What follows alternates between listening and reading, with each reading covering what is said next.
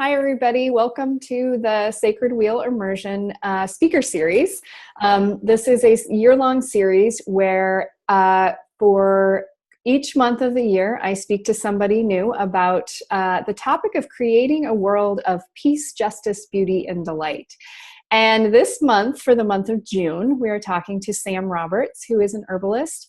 And the theme for this month is wilderness and the wild. And I'm so excited to talk to Sam. Sam, do you want to give yourself a little introduction and tell everybody about what you do and who you are? Yeah, sure. Thanks for having me on. I'm so excited to meet you. Yeah. I am an herbalist and I live in rural Southern Oregon. I have a practice here. And that means that I kind of do medicine for the body and the spirit. I use plants to kind of address like physical and emotional imbalances in the body, kind of look at like deep rooted issues, kind of just really go for the deep stuff to resolve physical stuff. Yeah. People. Yeah. Awesome. So I'm so glad I get to talk to you. One, because you are living in Southern Oregon, which is just such a beautiful, wild place. But two, because your practice is kind of directly bringing medicine from the wild, right? Plant medicine to people. So what is it? I mean, what's your take on it? Like, what is it? Do we like, how important is that? What is necessary about wild spaces, the wilderness, or even just the wild inside us? Yeah, I think, right, the medicine does come from the wild and from our gardens, and even domesticated plants originated in the wild. So there is that direct connection to the healing with the plants. But I think maybe more important actually than even taking wild medicine plants into our body is kind of reconnecting with the wilds through the plant medicine and kind of, I guess like reconnecting with nature and rebuilding that relationship, I think is some of the core healing work that's actually done. Mm-hmm. And what is it like, I'm like trying not to sound like what's the benefit of that? What do you see happen with your patients? What happens when we reconnect with the wild? Right. Well, I think that a lot of distress that modern humans are in all the time, a lot of the like anxiety, depression, helplessness, hopelessness, kind of like the big picture, like woes that we deal with that in my practice that I see actually influence a lot of the more like physiological symptoms. My practice is mostly focused on mental health and chronic illness. Yep.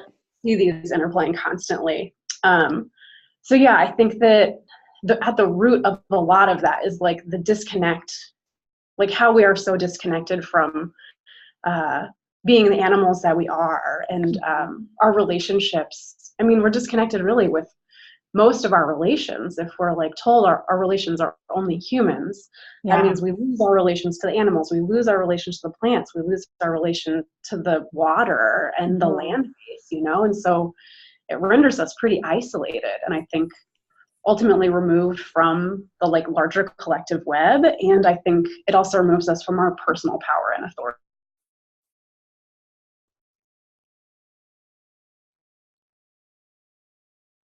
And even distress and illness and sadness and grief a lot.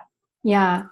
I'm so glad you said that piece about personal authority, because I want to hear more about that. Like what's the connection between our personal authority, our personal sense of power, and being connected into that web, being part of that ecosystem?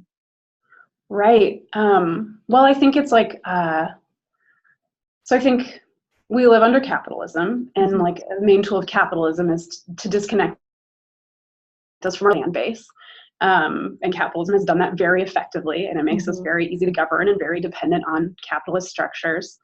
And I think in that, we're also taken away from our kind of our natural role in the world, kind of what we're born to do, like our birthright as human animals. So we're like plucked from this like web of connectivity and purpose and function we have in like the larger ecosystem, and like made to be really isolated, kind of performing these like cog roles in like under capitalism. And I think that takes away a lot of like, I mean, it strips us of our like a lot of worth and our usefulness. And I think that really affects our sense of personal authority, is taken out of context. You know, like, what are we? What am I for? What am I supposed to do? Am I enough? You know, and I think most people who are living in modern times don't feel that. There is a huge sense of lack, and I'm not enough. And I think it's because we're really disconnected from that which feeds us and something to be a part of. Right. You know, that we're integral. You know, it's like taking away our role of being an integral animal in an ecosystem is really taken away from us. Right. Which literally feeds us and then also feeds our soul. Yeah, totally. Yeah. I'm so glad you brought that piece in. I don't know that, I mean, clearly I've thought a lot about capitalism and the effects of capitalism, but I don't think I've ever thought about it that simply, of like the role of capitalism is to separate us from our land base. Yeah, it's a major tool that's used, and especially when capitalism was first being implemented. Yeah, absolutely. And a huge wound and pain I don't think that many of us have recovered from. No, I don't think so. I see it a lot in my practice, because, you know, it's like people often come in with like pretty specific physical or emotional mental health issues they're working on. And, you know, I see it as like the root of it often comes from, there's like a trauma stuck somewhere in the body. And like in unraveling that trauma, you know, we're like trying to get people back to their power so they can like take back their authority and like move through their trauma and like heal the thing that is plaguing them.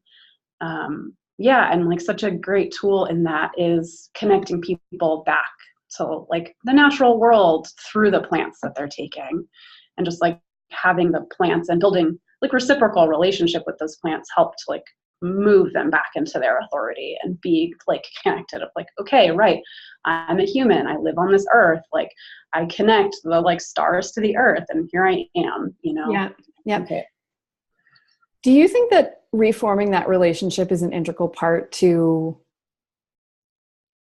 dismantling the system that separates it from us? I mean, is that like, you know, because there's two ways you could go about it. You could be like, we have to dismantle the system, or you could be like, we have to heal first.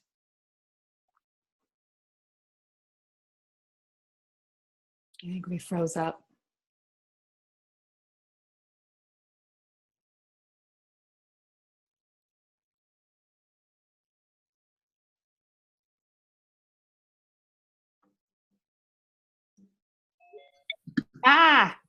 Hello. Just as we were getting to the good stuff. Connection. So is reforming that healing connection a vital part to dismantling the system, was the question. Yes, I think it totally is, because I think once we reform that connection, kind of get back online with our personal power and authority and connect back into like the larger web of collectivity of not just humanity, but plants, animals, nature, water, mountains. You know, not only are we coming from more of a place of like power, so we have more to work with, plus we're like held more largely by all these other entities and creatures in the world, so power through unity. But also I feel like there's a piece of, you know, once we really like come back into relationship with all of these non-human entities and are more in like friendship and familial relationships with them, we're more driven to fight for them, you know, and we're more driven to defend and like come together and stand against the things that are, you know, wounding, hurting, destroying us. So I think, that's like, once there's more like personal relationship, there's more buy-in and more drive to fight and defend, I think. So, you know, I think that really fuels the desire to overthrow capitalism. No, I agree with you. And I think that it's an important thing to highlight, because I think for so long, like if you want to look at radical movements through the 60s, it's like there was this idea that personal healing comes second, right? The movement comes first. And we're now starting to see that flipped on its head, where personal healing is actually very essential for the movement to survive. I think they really go like, I don't even think it's one and then the other. I think it's like at the same time, just moving forward. You can't prioritize one over the other. Absolutely. So for people listening, I know that, working with a healer like you or with like me is a step to start. But for people listening who may not know us or have access to us, how do you suggest starting? I think that kind of the concepts of reenchantment and rewilding are good places to start, kind of like working on your own relationship. And I define like reenchantment as the practice of remembering how to interact with entities, non-human entities, like in a way that they could engage back with us. And not just objects for our use, or non-beings, and so I think that looks like, when relating or being around like rocks, or plants, or forests, or waters, talking to them, singing to them, kind of acting like you would to a friend or another person you met, of like engaging, like you would expect a response. And like offering things, whether that's like, your well wishes or a song or like an actual offering, building altars. I think like honoring and recognizing what these entities do in the world, is a big part of like re-engaging those relationships, is actually like starting to work on viewing them and interacting with them as if they are entities to have relationships with. And I think that can, depending on where folks are coming from, I think that can definitely require a little bit of like willing suspension of disbelief. Of like, okay, like dominant culture tells me I am totally like out of my mind for talking to a plant like it's going to talk back to me, but just like, being like, okay, I'm going to suspend my disbelief and like try this. And I think it is pretty miraculous actually what happens when we can do that. And actually like set out to listen, like the rock is going to talk back to us. I think it provides pretty remarkable results. And it changes our way of what we think about as being able to listen, right? So it doesn't talk back to us in the way that we're used to humans talking back to us, but it expands our capacity to listen. I'm so glad you brought up reenchantment, because that's one of my core themes, I feel like. And the place I always come at it from is you cannot be enchanted unless you're engaged with the world, right? Enchantment is allowing yourself to open up to what's around you. You cannot be isolated if you're enchanted. Right? They just don't mix. So I think reenchantment is like a really great place to start. You can do it, wherever you are, wherever you live, with kind of whatever you're around. It can just be like the house plant that you live with, or really anything. Or the wind. It's allowing yourself to be influenced by, right? When we're enchanted, we're open and we're allowing things in. Rather than just thinking that we have to like be the action on everything. And I think a big part of it also, I think that is tied back into kind of living under capitalism, is starting to see non-human entities as beings and not objects. And I think that's a huge part. Not only non-human entities, but also non-physical entities, which is a big thing that I'm also a part of. It's like we're not even just in the web of animals and plants, but we're also in this web of larger, spirit ally beings. And, So how can people get a hold of you if somebody's listening to this and they're like, I want to work with her? What do you do, and how do people find you? Do you work with people that are not in Ashland? Yes, I do. I do a lot of distance work, actually. I have a lot of clients that I just see over the phone, and that's great. It seems to work out pretty well to have a therapeutic relationship just over the phone. And I have a website.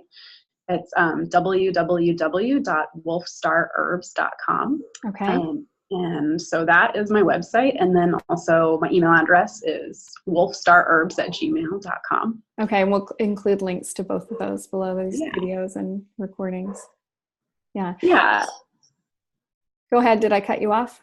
Oh, no, I was just going to say, get a hold if you want to just even talk about what working with me more would look like. And when you work with other people, are you prescribing like herbal medicine for them? What is it? What does it entail? I work. So after an intake, I'll kind of take into account, an intake looks like pretty much 2 hours long of pretty intensive talking and listening and health history, and kind of I just hold a lot of space to witness people's process, where they're at, trauma, kind of dig deep into what's going on for them on a lot of different levels. And then I'll make a personalized formula, tincture formula for people that includes essences. It's like works on many different levels. It's like physical and spirit. And I'll also include like dietary, nutritional suggestions, and then often I'll include ritual suggestions into that. So, working like magically as well as physically. Nice. Yeah. So just a note to listeners or watchers, if you don't know what essences are that Sam's talking about, there's a great interview in this series with Dory Midnight, who also works with essences. So she explains more about that. So that's a place where you can connect in and get a little more info if you don't know what Sam is talking about. I'm trying to think is there anything we left out? I mean, there's so much more we could talk about, and I know time is running out, but is there any important piece that we haven't said that you really want to make sure gets voiced? I think we covered the major stuff. I just think it's really so important to rebuild those relationships with the wild. And that is where true healing happens. Yeah, I agree.